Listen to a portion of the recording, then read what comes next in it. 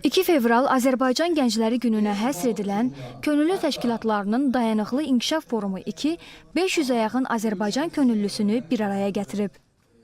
Biz könüllü olarkən təkcə layihələri idarə eləməklə deyil, bir çox məsələn ola bilər ki, yardıma ehtiyacı olanlara müəyyən yardımlar eləyirik, onlara müəyyən köməklik eləməyə çalışırıq. Könüllülük təkcə sadəcə könüllülük sözü ilə bitmir. Burada artıq sosiallaşır, başqalarına kömək göstərir, bir dəyərdir. Mən də çox şadam ki, bu dəyərin bir parçasıyam. Tədbirdə çıxış edənlər Gənclər Gününün ümumilli lider Heydər Əliyevin təşəbbüsü ilə təsis edildiyini diqqətə çatdırdılar. Bu günün Azərbaycan gəncliyinə verilən yüksək dəyərin göstəricisi olduğu qeyd olundu.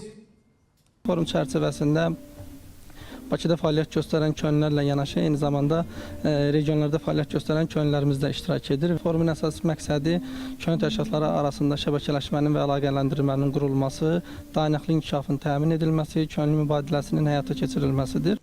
Könüllülük fəaliyyəti gənclərin şəxsi və peşəkar inkişafına töhfə verməklə yanaşı, eyni zamanda cəmiyyətə xidmətin mühüm bir formasıdır. Forumun sonunda könüllülər mükafatlandırıldılar. Şamilə Şamil qızı, Elçin Tağıyev, ASTV Xəbər.